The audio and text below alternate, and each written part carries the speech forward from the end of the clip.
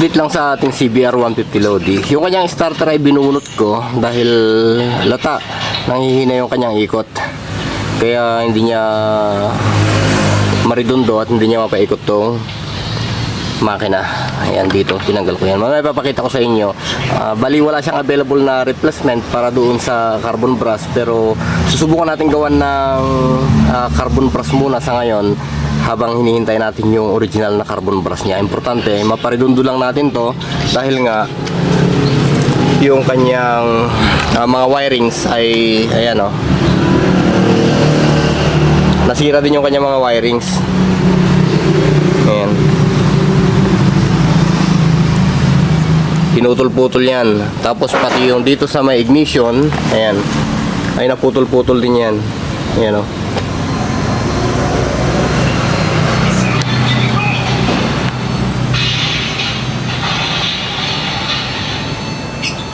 naputol din.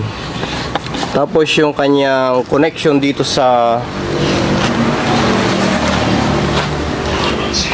charger, ayan o, pangit yung connection ng charger.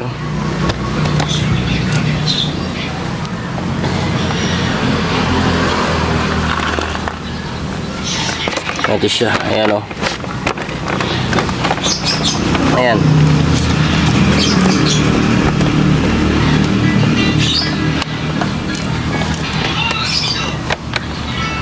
Ayan siya. Yung ibang connection dito, ayan, sa dugtungan, charger tsaka sa may makina ay nagtututong na, amido na, ayan o, gaya nyan, nag-aamido siya. Yun, yung parang namumuti na kalawang. Ito, battery bago yan, binili daw nila. Sa may fuse box, ayan, puro plastic yung ginamit. Ayan, para may dikit lang yung mga pinagtestingan siguro to, pinutol-putol, tinesting kung connected yung mga wirings, mga ganyan, pero wala silang electrical tape, o pinutol-putol na lang. Yung relay, gagawin na lang ng paraan. Putol din yung relay, ayan o. Tapos yung main line ng positive dito sa may makina, yung buong makina ay pinutol din. Pupunta sana yan, itong pula na to pupunta dito sa positive. Ayan, ito kasi nagsisilbing output ng charger para magkarga itong battery dito. Pag rumudundo yung makina, may naglalabas ng output ito na 12 voltahe o 14 voltahe para kargahan niya yung battery. Ayan. At itong red na to ay nakakonekta na rin sa kanya mga system, sa ECU at sa kung ano-ano pa. Okay?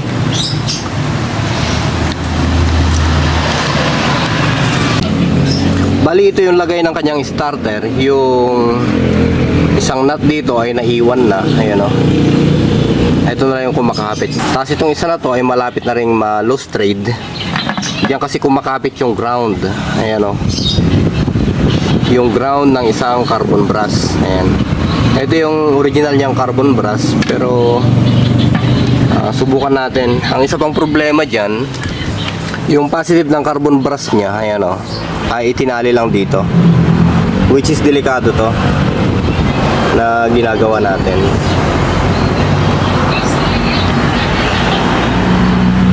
Ayan siya, itinali lang dito yung kanyang positive, kasi may tendency yan na itong itinali mo dito ay dumikit sa mismong body ground.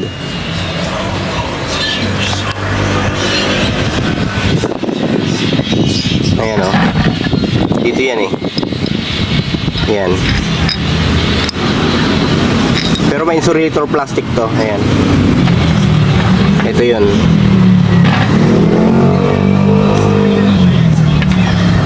So ito yung gagawin natin o gagamitin nating replacement. Kaya lang ang problema, although parehas sila ng thread para dun sa positive, ayan o, ayan, parehas sila ng thread ng positive, pero yung mismong carbon ay malapad. Ayan, compare dito sa stock nya. Ito, tatabasan natin dito, yan, ganyan, isusunod natin yung carbon. Ayan o, Subukan lang natin pang samantagal muna. Habang iniintay natin yung talagang parts niya na carbon brush. Kailangan mapatulin kasi natin to. Mabagal na kasi siyang umikot. Yan.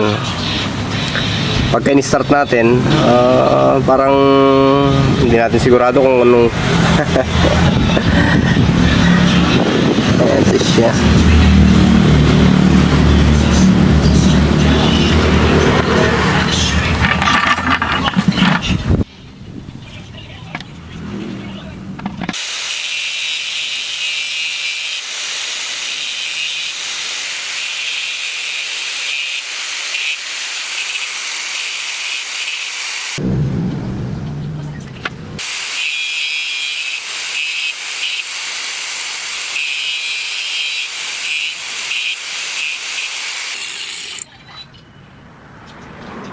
Kung mapapansin nyo dito, Lodi, sa kanyang starter ay talagang medyo mahirapan na tayo dito. Ayan, o.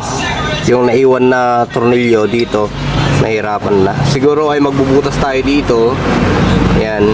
Para dito pupwesto yung ground. Ayan.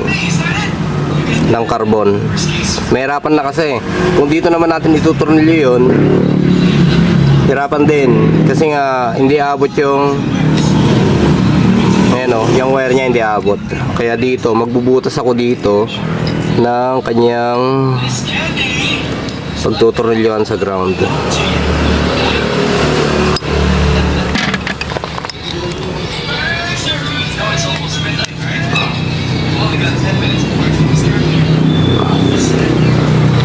So, bali susukatan natin yan kung saan tayo magbubutas. At dito siya. Yan.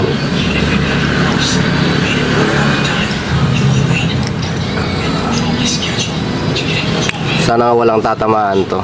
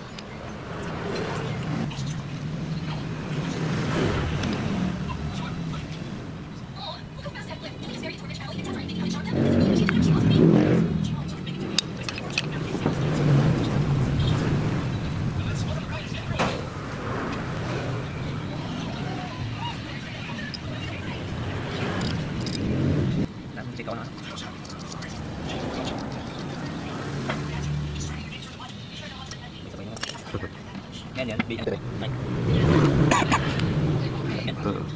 Pagkakapitan. Sabay sana yan. Magawa, yan doon.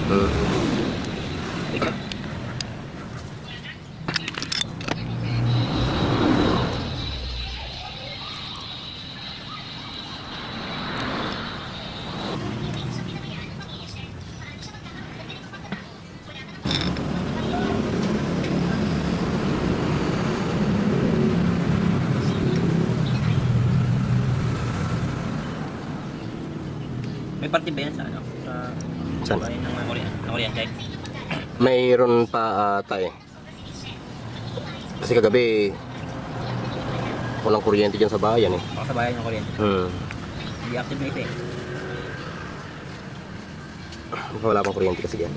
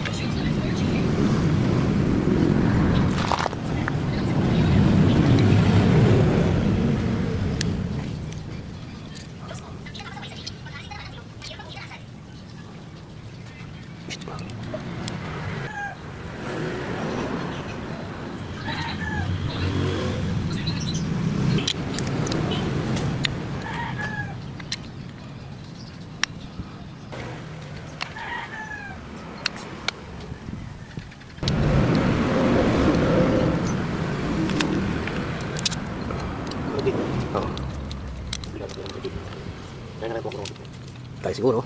150. Oo naman. Nado. Depende sa CC.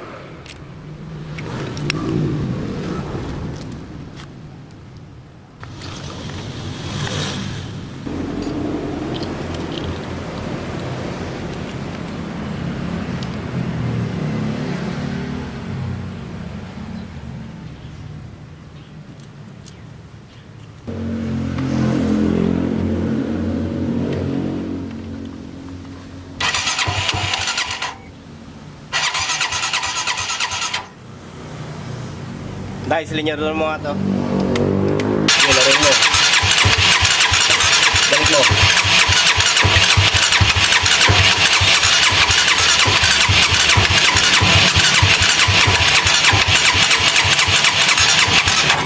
Ganun.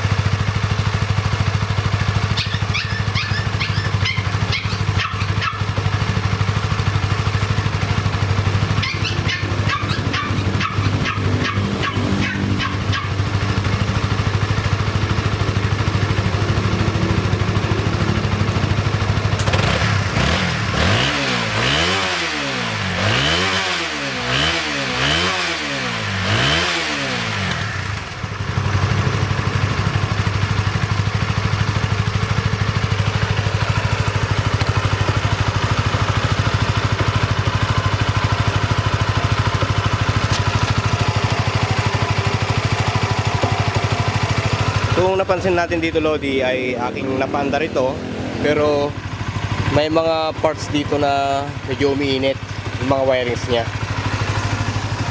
Pero obserbahan ko pa to kung mayroong problema sa kanyang charging. Ayan. Kasi yung kanyang charger ay sobrang init na. Ayan o. Mainit na yung kanyang charger. Tapos ayan, napakainit ng connection dito. Yung mga yan o. Ayan o. Medyo umuusok-usok pa. Hindi lang kasi makakita sa camera Ayan. Ito, yung mga connection niya dito sobrang init. Ayan o. Pinalitan daw nila to Ayan.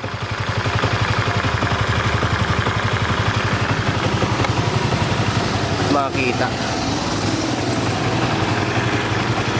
Ito siya, Lodi, mas malinaw dito. Ayan. Mga connection. Itong mga to, ayan o. Mapapansin nyo dito ay halos umuusok-usok pa yung mga connection ng wirings. Ayan o. Ayan o. Sobrang init. Ayan o. Ayan. Ayun, nalulusaw na. Kailanganin na to.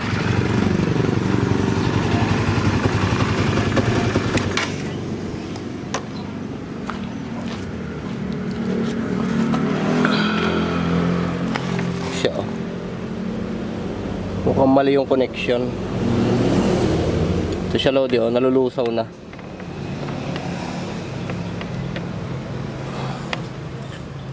Napag-start natin to dahil nga medyo malakas pa yung karga ng ating battery. Ayan.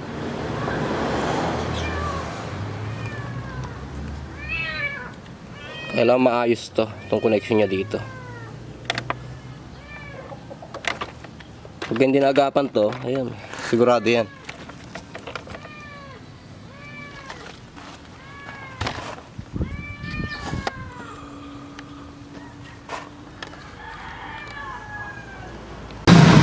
Bali yung kanyang starter ay nasolusyonan ko na. Ang problema pa na isa itong starter relay, tapos pinutol nila yung push start niya dun sa may hawakan.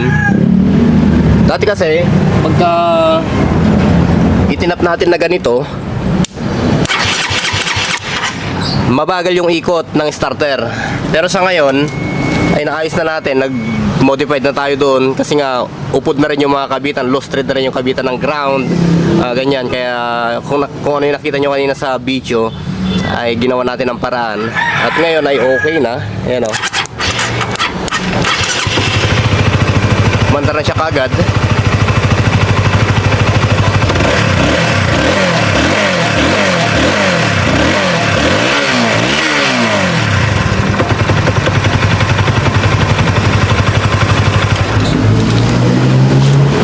Bali ganun lang naman, Lods, yung paggagawa sa kanyang starter. Kasi nga baka hindi na nila magawa ng paraan, hindi na nila maayos-ayos kasi nga wala silang pagkakapitan ng ground. Ayun, hindi nila may body ground, kaya kung ano na lang. Abangan, Lodi, yung susunod na kanyang problema uli sa kanyang charger naman. Yun ang gagawa natin ng solusyon.